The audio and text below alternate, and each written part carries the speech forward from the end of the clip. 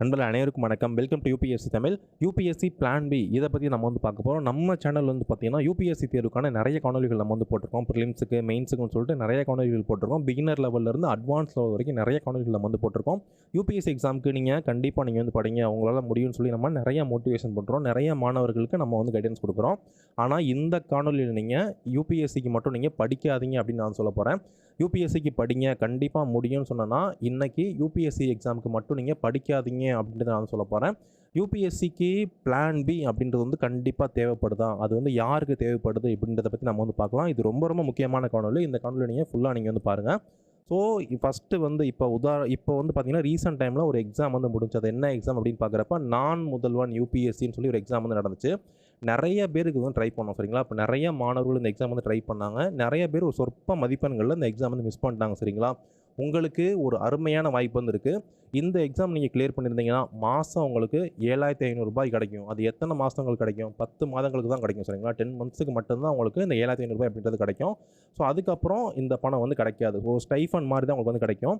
இந்த காணொலியில் நான் உங்களுக்கு ஒரு பிளான் சொல்கிறேன். அதை நீங்கள் ஃபாலோ பண்ணீங்க அப்படின்னா உங்களுக்கு பெர்மனண்ட்டான கவர்மெண்ட் ஜாப் கிடைக்கும். மாதம் உங்களுக்கு ஸ்டார்டிங் சேலரி 27,000 ரூபாய், 27,000 ரூபாய் கிட்ட ஸ்டார்டிங் சேலரி உங்களுக்கு கிடைக்கும். ஸோ அந்தளவுக்கு ஒரு ஜாப்பு, ஒரு நல்ல ஜாப்பு. நிறைய பேருக்கு இந்த ஆப்பர்ச்சுனிட்டி நம்ம கண்ணு முன்னாடியே இருக்குது. ஆனால் நம்ம அதை ஃபாலோ பண்ணுறதே இல்லை. அந்த ஜாப் என்ன, அந்த ஜாபுக்கு யார் யாரெல்லாம் போகணும், யாருக்கெல்லாம் பேக்கப் வேணும் UPSCலேருந்துன்றதை எல்லாமே நம்ம பார்க்கலாம். எல்லாமே நம்ம டேட்டாஸோடு நம்ம பார்க்கலாம், சரிங்களா. இது 2021ஆம் ஆண்டு UPSC சிவில் சர்வீஸ் தேர்வுக்கான டேட்டா. இதை நம்ம பார்த்துட்டு நான் சொல்ல வேண்டிய கருத்தை நான் சொல்கிறேன். அதாவது ஒரு வருடம் UPSC எக்ஸாமுக்கு எவ்வளோ பேர் அப்ளை பண்ணுறாங்க, எத்தனை பேர் எழுதுகிறாங்க, எத்தனை பேர் பாஸ் பண்ணுறாங்க அப்படின்றத நம்ம பார்க்கலாம். ஃபஸ்ட்டு 2021ஆம் ஆண்டு UPSC சிவில் சர்வீஸ் தேர்வுக்கு எத்தனை பேர் இது கொடுத்துருக்காங்க, அப்ளை பண்ணியிருக்காங்க அப்படின்னு பார்த்தீங்கன்னா கிட்டத்தட்ட 10 லட்சம் பேர், சரிங்களா. அப்போ 10,93,000 பேர் பார்த்தீங்கன்னா இந்த எக்ஸாமுக்கு அப்ளை பண்ணியிருக்காங்க. 10,93,984 பேர் இந்த எக்ஸாமுக்கு 2021ஆம் ஆண்டு டேட்டா, சரிங்களா. இது அப்ளை பண்ணியிருக்காங்க. சரி, எக்ஸாமுக்கு எத்தனை பேர் போயிருக்காங்க அப்படின்னு பார்த்தீங்கன்னா 5,08,619 பேர் எக்ஸாமுக்கு போயிருக்காங்க. அப்போ கிட்டத்தட்ட 11 லட்சம் பேர் இந்த எக்ஸாமுக்கு அப்ளை பண்ணியிருக்காங்க. இறுதியாக எத்தனை பேர் பாஸ் பண்ணியிருக்காங்க, எத்தனை பேருக்கு அந்த நோட்டிஃபிகேஷன் விட்டப்போ வேலை கொடுத்துருக்காங்க அப்படின்னு பார்த்தீங்கன்னா 685 பேருக்கு அந்த வேலை அப்படின்றத கொடுத்துருக்காங்க. அப்போ பாஸ் ரேஷியோ அப்படின்னு பார்க்குறப்ப 0.13 இதுதான் பாஸ் ரேஷியோவாக இருக்குது. அப்போ 11 லட்சம் பேர் அப்ளை பண்ணுற இந்த தேர்வில் வெறும் 685 பேர் தான் பாஸ் பண்ணுவாங்க, சரிங்களா. இந்த 685 பேரும் எல்லாமே IAS கிடையாது. இங்கே IAS, IPS, IRSன்னு சொல்லி எல்லாமே, IRS அதுக்கடுத்து IFSன்னு சொல்லி எல்லாமே சேர்ந்தது தான் இந்த 685 பேர், சரிங்களா. இதில் IAS எத்தனை பேர் எடுத்திருப்பாங்க அப்படின்னு பார்த்தீங்கன்னா ரொம்ப கம்மியான பேர் தான் எடுத்திருப்பாங்க. அதுலேயும் தமிழ்நாட்டிலிருந்து IAS ஆனவங்க ரொம்ப கம்மியான பேர் தான் இருப்பாங்க. தமிழ்நாட்டில் இருந்து IAS ஆகி தமிழ்நாடு கேடரே கிடச்சி எத்தனை பேர்னு பார்த்தீங்கன்னா ஒரு 2 பேர் 3 பேர் தான் இருப்பாங்க, சரிங்களா. அப்போ நீங்கள் தமிழ்நாட்டிலிருந்து நம்ம எக்ஸாம் எழுதி தமிழ்நாட்டிலேயே நமக்கு போஸ்டிங் கிடைக்கணும், IAS-ஆகவே கிடைக்கணும் அப்படின்னா நீங்கள் 1000-ல் ஒருவன் கிடையாது, 1000-ல் ஒருவன் இல்லை 1000-ல் ஒருத்தியாக இருக்கக்கூடாது. நம்ம 11 லட்சத்தில் ஒருத்தனாக இருக்கணும், சரிங்களா. அப்போ இவ்வளோ டஃப்பான எக்ஸாம் இந்த எக்ஸாம், சரிங்களா. இப்போ நம்ம நிறைய இந்த எக்ஸாம் ரிசல்ட் தான் நம்ம நிறையா பார்ப்போம். ஆல் இண்டியா ரேங்க் 1 எடுத்தாங்க. இப்போ கனிஷா கட்டாரி ஆல் இண்டியா ரேங்க் வந்தார். அதுக்கடுத்து அனிதீப் பிர்ஷெட்டி வந்தார், இஷிதா கிஷோர் வந்தாங்கன்னு சொல்லி நம்ம இந்த எக்ஸாம் கிளியர் பண்ணவங்களை நம்ம பார்க்குறோம். நிறையா பேர் இந்த எக்ஸாம் கிளியர் பண்ணுறாங்க, பாஸ் பண்ணுறாங்கன்னு சொல்லி அதை மட்டும்தான் நம்ம எல்லாருமே காட்டுறாங்க. பெரிய பெரிய அகாடமி எல்லாமே பாஸ் பண்ணவங்களை மட்டும்தான் காட்டுறாங்க. ஆனால் எவ்வளோ பேர் ஃபெயில் ஆகுறாங்க, எத்தனை பேரோட வாழ்க்கையே UPSCனால் போகுது அப்படின்றது ஒன்று இருக்குது, சரிங்களா. நம்ம பாசிட்டிவ் மட்டும்தான் பார்க்குறோம், ஒரு சைடு மட்டும்தான் நம்ம பார்க்குறோம், இன்னொரு சைடு நம்ம பார்க்குறதே இல்லை, சரிங்களா. நிறைய பேர் கஷ்டப்பட்டு இந்த எக்ஸாம் எழுதி நிறைய பேர் பார்த்தீங்கன்னா லாஸ்ட் அட்டெம்ப்ட் வரைக்குமே ட்ரை பண்ணுவாங்க, நிறைய முறை இன்டர்வியூ கூட போயிருப்பாங்க. ஆனால் அவங்களுக்கு UPSC கிடைக்கவே கிடைக்காது. கடைசி வரைக்குமே இந்த ஜாபுக்கு போயிருக்கவே மாட்டாங்க. ஸோ பல ஆண்டுகள் UPSCயிலே போயிடும். இந்த மாதிரிலாம் கூட கான்செப்ட் இருக்குது. அப்போ இந்த மாதிரி நமக்கு ஆகக்கூடாது அப்படின்னு நம்ம என்ன பண்ணணும் அப்படின்னு நம்ம பார்க்கலாம். UPSC கிளியர் பண்ண முடியாது அப்படின்னு நான் சொல்ல வரல. பட் இருந்தாலும் ஒரு Plan Bன்னு வச்சுக்கிறது தப்பு கிடையாது, சரிங்களா. அது யாரெல்லாம் வச்சுக்கலாம், யாரெல்லாம் வச்சுக்க வேணாம், இதை பற்றி நம்ம எல்லாமே நம்ம பார்க்கலாம். ஸோ அதாவது UPSCக்கு நம்ம படிக்கிறோம். இந்த UPSC சிவில் சர்வீஸ் தேர்வுக்கு நம்ம இந்த காணொலி பார்க்குற எல்லாருக்குமே கட்டாயமான ஆசை என்னவாக இருக்குன்னா, நான் இந்த UPSC எக்ஸாம் பாஸ் பண்ணணும். ஏதோ ஒரு போஸ்டிங், இந்த காணொலி பார்க்குறவங்க எல்லாருக்கும் ஏதாச்சும் ஒரு கனவான போஸ்டிங் அப்படின்றது இருக்கும். IAS ஆகணும் அப்படின்னு ஒரு சில பேர் நினைப்பீங்க. ஒரு சில பேர் நான் IPS மட்டும்தான் ஆவேன், நான் அந்த காக்கி சட்டை போட்டேன் அப்படின்னு சொல்லி IPSக்கு ட்ரை பண்ணுவோம். ஐஎஃப்எஸ் ஒரு சில பேருக்கு வந்து பார்த்தீங்கன்னா, நான் இந்தியன் ஃபாரின் சர்வீஸ் தான் கண்டிப்பாக நான் போவேன்னு சொல்லி ட்ரை பண்ணுவீங்க. ஒரு சில பேர் ஐஆர்எஸ் எய்ம் வச்சிருப்பீங்க. ஸோ நிறையா போஸ்டிங் எய்ம் வச்சிருப்பீங்க. ஸோ யூபிஎஸ்சிக்காக நம்ம வந்து படிக்கிறோம் சரிங்களா? அப்போ யூபிஎஸ்சிக்கு மட்டும் நம்ம வந்து படிக்கலாமா? இல்லை டிஎன்பிஎஸ்சி, எஸ்எஸ்சி மாதிரியான இந்த வேலைகளுக்குமே நம்ம வந்து படிக்கலாம் அப்படின்னு நம்ம வந்து பார்க்கலாம். இந்த 3 எக்ஸாமுக்குமே வந்து சேம் சிலபஸ் தான் சரிங்களா? இப்போ யூபிஎஸ்சி சிவில் சர்வீஸ் தேர்வுக்கு என்ன யூபிஎஸ்சிக்கு மட்டும் நீங்கள் ஒழுங்காக படிச்சிங்கன்னா போதும். டிஎன்பிஎஸ்சி நீங்கள் ஈஸியாக கிளியர் பண்ணிடலாம். எஸ்எஸ்சியும் நீங்கள் ஈஸியாக வந்து கிளியர் பண்ணிடலாம். நான் சும்மா சொல்லலை, உண்மையிலே இருக்குது. நீங்கள் யூபிஎஸ்சி ப்ரிலிம்ஸ் எக்ஸாமுக்கு மட்டும் நீங்கள் படிச்சிங்கனாவே போதும். இந்த டிஎன்பிஎஸ்சி எக்ஸாம் சரி, இந்த எஸ்எஸ்சி எக்ஸாம் சரி நீங்கள் வந்து கிளியர் பண்ணிடலாம். இந்த டிஎன்பிஎஸ்சி பொறுத்த வரைக்கும் தமிழ்நாடு சார்ந்து ஒரு சில விஷயங்கள் வந்து படிக்கணும். அதை மட்டும் நீங்கள் படிச்சிங்கன்னா இந்த டிஎன்பிஎஸ்சியும் கிளியர் பண்ணலாம். எஸ்எஸ்சியும் நீங்கள் யூபிஎஸ்சி படிக்கிறத மட்டுமே வச்சு கிளியர் பண்ண முடியும் சரிங்களா? ஸோ இந்த மாதிரி தான் இந்த எக்ஸாம் வந்து இருக்குது. ஸோ அதனால தான் நான் இந்த எக்ஸாம் மட்டும் நான் கம்பேர் பண்ணுறேன். யூபிஎஸ்சிக்கு மட்டும் படிக்கலாமா, இல்லைனா இந்த டிஎன்பிஎஸ்சி, எஸ்எஸ்சி மாதிரி இந்த எக்ஸாமுக்கு வந்து படிக்கலாமா அப்படின்னு நம்ம வந்து பார்ப்போம். யாரெல்லாம் யூபிஎஸ்சிக்கு மட்டும் வந்து படிக்கலாம் அப்படின்னு ஃபஸ்ட்டு வந்து பார்க்கலாம். அதாவது எக்கனாமிக்கலாக, ஃபினான்சியலாக நீங்கள் வந்து ஸ்டேபிளாக இருக்கீங்க, உங்களுக்கு எந்த பிரச்சனையுமே இல்லை அப்படிங்கிற படிங்க, யூபிஎஸ்சிக்கு மட்டுமே வந்து படிக்கலாம் சரிங்களா? உங்களுக்கு பொருளாதார ரீதியாக எந்த பிரச்சனையுமே கிடையாது. சப்போஸ் 5 வருஷம் ஆனால் கூட எனக்கு எந்த பிரச்சனையும் இல்லை, அதாவது எங்கள் ஃபேமிலி வந்து நல்ல செட்டில்டு ஃபேமிலி, எந்த பிரச்சனையும் கிடையாது, பேரண்ட்ஸையும் நான் வந்து பார்த்துக்க வேண்டியதில்லை, என்னைய என்னுடைய குடும்பம் வந்து பார்த்துக்கும், எந்த பிரச்சனையும் கிடையாது, நான் யூபிஎஸ்சிக்கு வந்து படித்தா மட்டும் போதும், எத்தனை ஆண்டுகள் ஆனாலும் எனக்கு வந்து பிரச்சனை இல்லை அப்படின்னு நினச்சிங்கன்னா நீங்கள் யூபிஎஸ்சி மட்டுமே படிக்கலாம். நீங்கள் பிளான் பி உங்களுக்கு தேவையே இல்லை. ஸோ இது வந்து ஓகேவாக இருக்கும் சரிங்களா? அதுக்கடுத்து உங்களுடைய ப்ரிப்பரேஷன், நீங்கள் ப்ரிப்பரேஷனில் வந்து நீங்கள் ரொம்ப ஸ்ட்ராங்காக இருக்கீங்க. அதாவது நம்ம வெளியே காட்டுறது ஒன்று, நம்மளுக்கே தெரியும் நம்மளை பற்றி சரிங்களா? இப்போ நீங்கள் இந்த எக்ஸாமுக்கு படிக்கிறீங்க அப்படிங்கிறப்ப நமக்கு தெரியும்ல, உங்களுக்கு தெரியும்ல உங்களை பற்றி. அதாவது உங்களுடைய கனவுகள், எய்ம் அதெல்லாம் தாண்டி உங்களுடைய ஆக்ஷன் எந்த மாதிரி இருக்குது, உங்களுடைய ஆக்ஷனில் நீங்கள் வந்து ரொம்ப ஸ்ட்ராங்காக இருக்கீங்க, நீங்கள் ரொம்ப ஃபயராக படிக்கிறீங்க, கண்டிப்பாக நான் இந்த மாதிரி பாஸ் பண்ணிடுவேன் அப்படின்னு நீங்கள் நினைக்கிறீங்க அப்படின்னா நீங்களும் யூபிஎஸ்சி மட்டுமே நீங்கள் ஃபாலோ பண்ணலாம். வேறு எக்ஸாமுக்கு நீங்கள் படிக்கணும் அப்படின்ற அவசியம் கிடையாது. அதுக்கடுத்து நீங்கள் கிராஜுவேஷன், இப்போ தான் நீங்கள் வந்து டிகிரி படிச்சுட்ருக்கீங்க, நீங்கள் வந்து காலேஜ் போயிட்டுருக்கீங்க, நீங்கள் ஃபஸ்ட் இயர் பசங்களாக இருக்கலாம், இல்லைனா செகண்ட் இயர் நீங்கள் வந்து படிக்கலாம், இல்லைனா நம்ம தேர்ட் இயர் நீங்கள் வந்து படிக்கலாம். இப்படி படிக்கிறீங்க அப்படின்னா ஸோ உங்களுக்கும் எந்த பிரச்சனையுமே இல்லை. நீங்கள் என்ன பண்ணலாம், நீங்கள் ஏன்னா பிகாஸ் காலேஜ் படிக்கிறதுனால நீங்கள் யூபிஎஸ்சிக்கு நீங்கள் வந்து படிக்கலாம். நீங்களுமே ஒரு பேக்கப் ஜாப் இப்போ வச்சுக்கணும் அப்படின்ற அவசியம் வந்து கிடையாது சரிங்களா? நீங்களுமே யூபிஎஸ்சி மட்டுக்குமே கூட நீங்கள் ஃபோக்கஸ் பண்ணி படிக்கலாம். இன்னொன்று வந்து உங்கள் ப்ரிப்பரேஷன் நீங்கள் இயர்லியாக ஸ்டார்ட் பண்ணிட்டீங்க, இந்த 20 வயசு கம்மியாகவோ இல்லை 20 வயசு கட்டியோ நீங்கள் இருக்கீங்க அப்படிங்கிறப்ப நீங்களுமே யூபிஎஸ்சி எக்ஸாமுக்கு மட்டுமே வந்து படிக்கலாம். பேக்கப் ஜாப் அப்படின்றது கட்டாயம் தேவை அப்படின்றது கிடையாது சரிங்களா? அப்போ யூபிஎஸ்சி எக்ஸாமையோடு சேர்த்து இன்னொரு பேக்கப் ஜாப் பிளான் பி அப்படின்றது யார் யாரெல்லாம் வச்சுக்கலாம் அப்படின்னு பார்த்தீங்கன்னா, ஃபஸ்ட்டு வந்து உங்களுக்கு ஏஜ் வந்து ஒரு 25 வயதுக்கு மேலே ஆகுது. நீங்கள் ஆணாக இருக்கலாம், இல்லை பெண்ணாக இருக்கலாம்.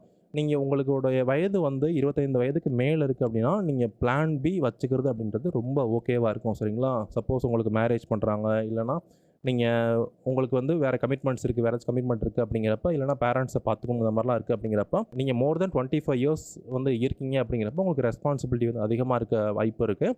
ஸோ நீங்கள் அந்த பிளான் பி அப்படின்றத நீங்கள் கன்சிடர் பண்ணலாம். இன்னொன்று இன்கம் சோர்ஸ், உங்களுடைய ஃபேமிலி வந்து உங்களை டிபெண்ட் பண்ணி இருக்காங்க, இல்லைனா நீங்கள் வந்து உங்கள் ஃபேமிலியை டிபெண்ட் பண்ணி இருக்கீங்க அப்படிங்கிறப்போ நீங்களுமே ஒரு பிளான் பி அப்படின்றத நீங்கள் வச்சுக்கலாம் சரிங்களா? பொருளாதார நிலைமை வந்து உங்களுக்கு கஷ்டமாக இருக்குது, நீங்கள் தான் உங்கள் குடும்பத்தை வந்து பார்த்துக்கணும் அப்படிங்கிறப்போ நீங்கள் பிளான் பி அப்படின்றத நீங்களும் வந்து வச்சுக்கலாம். ஸோ என்ன பிளான் அப்படின்றத நான் நெக்ஸ்ட் வந்து சொல்கிறேன். ஸோ யாருக்கெல்லாம் பிளான் பி வச்சுக்கணும், வச்சுக்க வேணாம் அப்படின்றத இப்போ நான் சொல்லிகிட்டு இருக்கேன். ஸோ அதுக்கு அடுத்து வந்து பார்த்தீங்கன்னா, யூபிஎஸ்சி எக்ஸாமுக்கு நீங்கள் வந்து படிச்சுட்டே இருக்கீங்க. அந்த ப்ரிலிம்ஸ் எக்ஸாமுக்கு நீங்கள் வந்து யூபிஎஸ்சி சிவில் சர்வீஸ் தேர்வு படிச்சுட்டே இருக்கீங்க. லாஸ்ட்டு 3 வருடங்களாக நீங்கள் படிச்சுமே வந்து ப்ரிலிம்ஸ் எக்ஸாம் கூட நீங்கள் கிளியர் பண்ணல அப்படின்னா நீங்களுமே பிளான் பி வச்சுக்கிறது அப்படின்றது ஓகே சரிங்களா? நீங்கள் சின்சியராக படிக்கிறீங்க அப்படிங்கிறப்பையும் சரி, சின்சியர் இல்லாமல் நீங்கள் படிக்கிறீங்க அப்படின்னாலுமே கூட 3 ஆண்டுகளுக்கு மேலே நீங்கள் யூபிஎஸ்சி எக்ஸாமுக்கு படிக்கிறீங்க அப்படின்னா நீங்களுமே பிளான் பி வச்சுக்கிறது அப்படின்றது ஓகே சரிங்களா? அதுக்கடுத்து your family depends on your income, உங்களுடைய வருமானத்தை வச்சு நீங்கள் வேலைக்கு போனால் தான் உங்கள் ஃபேமிலி வந்து ரன் ஆகும், உங்களை டிபெண்ட் பண்ணி தான் உங்கள் ஃபேமிலி இருக்குது அப்படிங்கிறப்ப நீங்களுமே கட்டாயமாக பிளான் பி அப்படின்றது வச்சுக்கிறது நல்லது சரிங்களா? ஏதாச்சும் ஒரு தேர்வு எழுதி பிளான் பி அப்படின்றத நீங்கள் வந்து வச்சுக்கலாம். ஸோ உங்களுக்குமே பிளான் பி அப்படின்றது கட்டாயமாக தேவை. அடுத்து வந்து பார்த்திங்கன்னா யூஆர்எல்ல ரிலேஷன்ஷிப், நீங்கள் வந்து ஒரு ரிலேஷன்ஷிப்பில் இருக்கீங்க அப்படிங்கிறப்ப நீங்களுமே ஒரு பேக்கப் ஜாப் வந்து வச்சுக்கலாம். அது உங்களுக்கு ரொம்ப வந்து ஹெல்ப்ஃபுல்லாக வந்து இருக்கும். நீங்கள் ஒரு ரிலேஷன்ஷிப்பில் இருக்கீங்க அப்படிங்கிறப்ப ஏதாச்சும் ஒரு பிரச்சனை வருது அப்படிங்கிறப்ப நீங்கள் ஒரு நல்ல ஜாபில் இருக்கீங்க, நல்ல ஒரு வேலையில் இருக்கீங்க அப்படின்னா நீங்கள் போயிட்டு பேச முடியும். ஸோ இது உங்களுக்கு ஒரு பெரிய அட்வான்டேஜ். நீங்கள் நான் வந்து படிச்சுட்டு தான் இருக்கேன், என்னைக்கு வேலைக்கு போகாமல் இருக்கேன் அப்படின்னு சொல்கிறத விட நீங்கள் ஒரு நல்ல வேலையில் இருக்கீங்க அப்படிங்கிறப்ப நீங்கள் அந்த பிரச்சனையை வந்து அழகாக வந்து ஹேண்டில் பண்ண முடியும். ஸோ இது நீங்கள் அந்த படிச்சுட்டு இப்போ யூபிஎஸ்சிக்கு நீங்கள் வந்து நல்லா படிச்சுட்ருக்கீங்க. ஸோ இந்த ரிலேஷன்ஷிப் சார்ந்து ஏதாச்சும் பிரச்சனை வருது அப்படின்னா உங்களை யூபிஎஸ்சி ப்ரிப்பரேஷனை வந்து பாதிக்கும் சரிங்களா? ஸோ அதனால் நீங்கள் ஆல்ரெடி ஒரு நல்ல ஜாபில் இருந்தீங்க அப்படின்னா ஸோ உங்களுக்கு அதுலேயுமே இருந்து உங்களுக்கு பிரச்சனை வராது. ஸோ இந்த மாதிரி இருக்குது அப்படின்னா கண்டிப்பாக நீங்கள் ஒரு பேக்கப் ஜாப் வச்சுக்கிறது அப்படின்றது ஓகே சரிங்களா. அப்போ பிளான் பி நான் வந்து வச்சுக்கிறேன். ஆனால் எனக்கு வந்து என்ன வேலைக்கு போகணும் அப்படின்னு தெரியல. எனக்கு வேலைக்கு போகணும் அப்படின்னு தான் வந்து ஆசை. ஆனால் என்ன வேலைக்கு போகணும்னு தெரியல. இப்போ ரீசெண்டாக வந்து இந்த நான் முதல்வன் எக்ஸாம் கூட எழுதுனேன், கிளியர் பண்ணல அப்படின்னு பார்த்தீங்கன்னா, ஸோ இதுக்கான சொல்யூஷன் நான் வந்து சொல்கிறேன். இப்போ ரீசெண்டாக வந்து பார்த்தீங்கன்னா நான் முதல்வன் யூபிஎஸ்சின்னு சொல்லிட்டு ஒரு எக்ஸாம் வந்து வச்சாங்க. தமிழ்நாடு அரசு வந்து நான் முதல்வன் யூபிஎஸ்சின்னு சொல்லிட்டு ஒரு எக்ஸாம் வந்து வச்சாங்க. யூபிஎஸ்சி ஸ்காலர்ஷிப் எக்ஸாம்னு ஒரு எக்ஸாம் வந்து வச்சாங்க.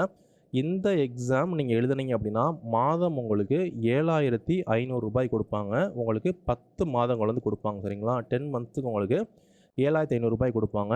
டோட்டலாக எவ்வளோ அமௌண்ட் கொடுப்பாங்க அப்படின்னு பார்க்குறப்ப 75,000 ரூபாய் 75,000 ரூபாய் கொடுப்பாங்க.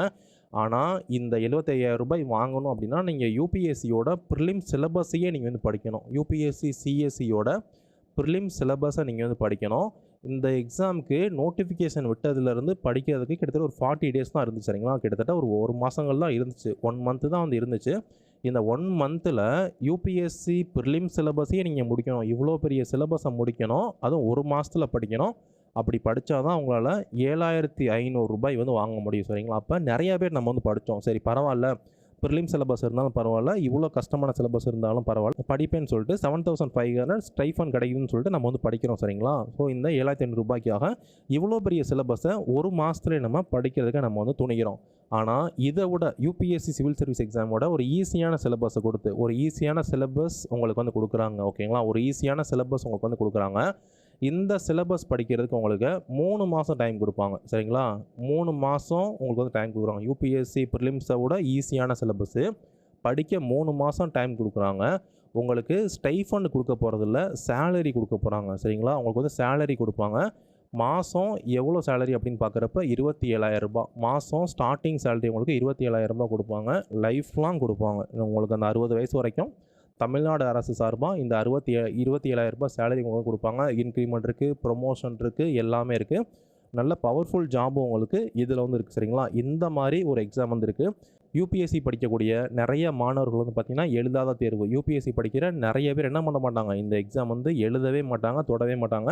ஸோ நான் வந்து இந்த எக்ஸாம் எழுதணுமாண்ணா, இதெல்லாம் தேவையில்லைண்ணா, எனக்கு யூபிஎஸ்சி மட்டும்தானா எய்ம், யூபிஎஸ்சி விட்டால் நான் குரூப் 1 தான் எழுதுவேன், அதுக்கு கீழே நான் போக மாட்டேன் அப்படின்னு சொல்லுவாங்க.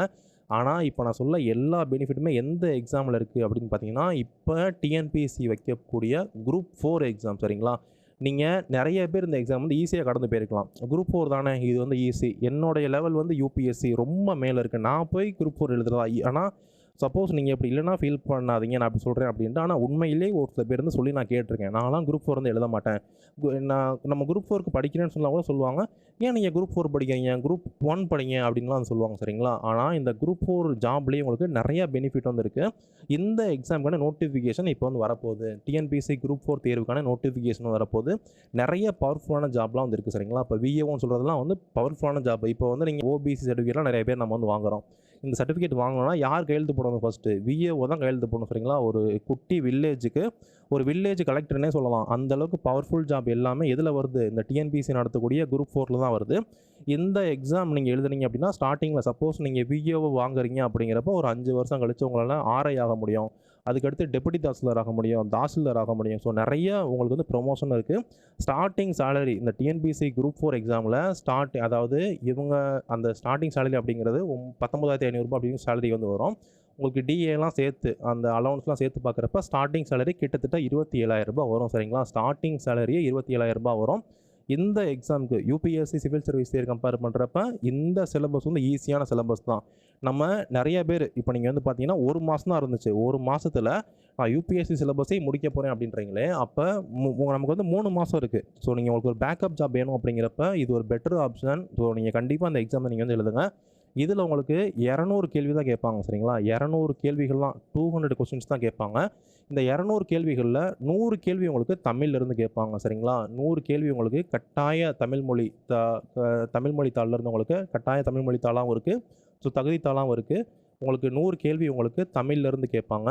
அதுக்கடுத்து பொது அறிவிலேருந்து உங்களுக்கு 75 கேள்வி கேட்பாங்க. நீங்கள் யூபிஎஸ்சிக்கு ஒழுங்காக படிச்சிங்கனாவே போதும், 75 கேள்வி உங்களால் ஈஸியாக வந்து போட முடியும். ஸோ இதுவுமே வந்து இருக்குது. அதுக்கடுத்து மேக்ஸில் உங்களுக்கு 25 கொஸ்டின் இருக்குது சரிங்களா. வெறும் ஒரு 200 கேள்வி தான். இந்த 200 கேள்வியில் நீங்கள் இந்த 3 மாதம் நீங்கள் உட்காந்து நல்லா படிச்சிங்க அப்படின்னா கண்டிப்பாக உங்களால் இந்த எக்ஸாம் வந்து கிளியர் பண்ண முடியும். நிறைய பேர் வந்து பார்த்தீங்கன்னா நான்முதலோட எக்ஸாம் வந்து கிளியர் ஆகலை. உங்களுக்கு வந்து இந்த எக்ஸாம் நீங்கள் நான்முதல் எக்ஸாம் கிளியர் பண்ணியிருந்தீங்கன்னா மாதம் உங்களுக்கு 7500 ரூபாய் கிடைக்கும். 10 மாதம் தான் கிடைக்கும். அதுக்கப்புறம் உங்களுக்கு பணம் கிடைக்காது. இதுக்கு போடுற எஃபோர்ட்டை நீங்கள் யூபிஎஸ்சிக்கு படிச்சுக்கிட்டே இந்த குரூப் 4 நீங்கள் பாஸ் பண்ணீங்க அப்படின்னா மாதம் உங்களுக்கு 27,000 ரூபாய் சேலரி கிடைக்கும். ஓகேங்களா. இது ஒரு நல்ல சேலரி, ஒரு நல்ல ஜாபு. நீங்கள் யூபிஎஸ்சி படிக்கிற நிறையா பேர் எனக்கு தெரிஞ்சு குரூப் 4 எக்ஸாம் ட்ரை பண்ணுறதே இல்லை. ஆனால் உங்களுக்கு கண்ணு முன்னாடி இருக்கிற ஒரு நல்ல வாய்ப்பு அது. நீங்கள் எப்படி இருந்தாலும் இந்த எக்ஸாமுக்கு உங்களுக்கு ஒரு பிளான் பி வேணும் அப்படின்றப்ப இந்த எக்ஸாமுக்கு நீங்கள் வந்து அப்ளை பண்ணுங்கள். இந்த எக்ஸாம் நீங்கள் வந்து ட்ரை பண்ணுங்கள். ட்ரை பண்ணுறதில்ல கண்டிப்பாக இந்த எக்ஸாம் நீங்கள் படிச்சீங்கன்னா பாஸ் பண்ணிடலாம். நம்ம யூபிஎஸ்சிக்கு படிக்கணும் அப்படிங்கிறப்ப நமக்கு ஜென்ரல் ஸ்டடீஸ்லாம் வந்து பார்த்திங்கன்னா நமக்கு ரொம்ப ஈஸி. ஜென்ரல் ஸ்டடீஸ்லாம் நம்ம நல்லா மார்க் வாங்கிடலாம்.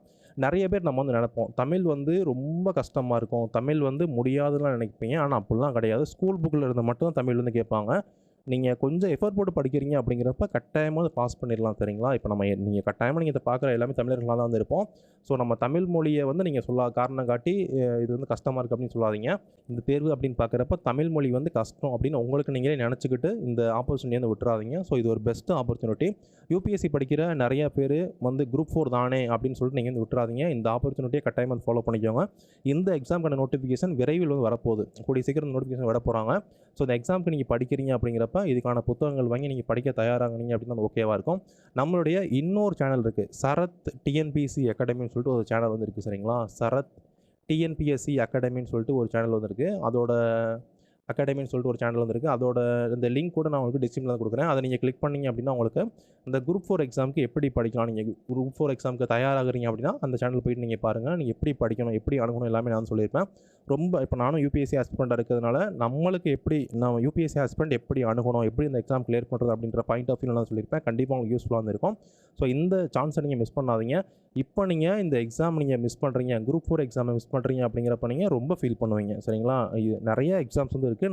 நான் வந்து உங்களுக்கு வந்து நான் சொல்கிறேன். இந்த பிளான் பி பற்றி இனிமேல் நிறையா எப்பப்போலாம் நம்மளால் எழுத முடியுமா, யூபிஎஸ்சிக்கு மட்டுமே படிச்சுட்டு இன்னொரு எக்ஸாம் என்ன மாதிரி எக்ஸாம்ஸ் வருது எல்லாமே நான் வந்து சொல்கிறேன். இப்போ நான் உங்களுக்கு ரெக்கமெண்ட் பண்ணக்கூடிய எக்ஸாம் வந்து பார்த்திங்கன்னா டிஎன்பிஎஸ்சி நடத்தக்கூடிய அந்த குரூப் 4 எக்ஸாம். ஒரு நல்ல ஆப்பர்ச்சுனிட்டி, ஒரு நல்ல வேலை, ஒரு நல்ல சேலரி இருக்கக்கூடிய ஒரு நல்ல ஜாப்பு, ஒரு பெர்மனன்ட் ஜாப்பு. தமிழ்நாடு கவர்மெண்ட்டில் நீங்கள் நிறைய டிபார்ட்மெண்ட்டில் ஒர்க் பண்ண முடியும். ரெவன்யூ டிபார்ட்மெண்ட்டில் ஒர்க் பண்ணலாம், கமர்ஷியல் டேக்ஸஸில் ஒர்க் பண்ணலாம். எல்லா டிபார்ட்மெண்ட்லையுமே இந்த எக்ஸாம் கிளியர் பண்ணுறது மூலியமாக ஒர்க் பண்ண முடியும். ஸோ நீங்கள் டாப் போஸ்ட் வந்து பார்த்தீங்கன்னா நிறைய பேர் இருக்கக்கூடிய விஏஓ நிறைய போஸ்டிங் உங்களுக்கு இதில் வந்து இருக்குது சரிங்களா. ஸோ இந்த எக்ஸாம் வந்து கட்டாயமாக நீங்கள் வந்து எழுதுங்க. உங்களுக்கு இந்த இந்த காணொலி பற்றின கருத்துக்களை நீங்கள் கட்டாயமாக நீங்கள் சொல்லுங்கள். உங்களுக்கு நீங்கள் ட்ரை பண்ணுவீங்களா, ட்ரை பண்ண மாட்டிங்களா அப்படின்றத நீங்கள் வந்து சொல்லுங்கள். நம்ம சேனல்ஸ் நீங்கள் சோஷியல் மீடியாவில் ஃபாலோ பண்ணிக்கோங்க. UPSC.tamilனு போட்டிங்கன்னா இன்ஸ்டாகிராமில் நீங்கள் வந்து காண்டாக்ட் பண்ணலாம். சந்தேகங்கள் இருக்கணும் நீங்கள் மெசேஜ் பண்ணுங்கள். டெலிகிராம்லேயும் நம்ம சேனல் நீங்கள் கட்டாயமாக ஃபாலோ பண்ணிக்கோங்க. நிறையா போஸ்ட்டு எல்லாம் முக்கியமான UPSC அப்டேட்ஸ் நம்ம வந்து ஃபாலோ பண்ணிக்கோங்க. இதோட நம்பர் சந்தேகங்கள் இருக்குன்னா நீங்கள் வந்து சொல்லுங்கள், நான் உங்களுக்கு ரிப்ளை பண்ணுறேன். Thank you friends.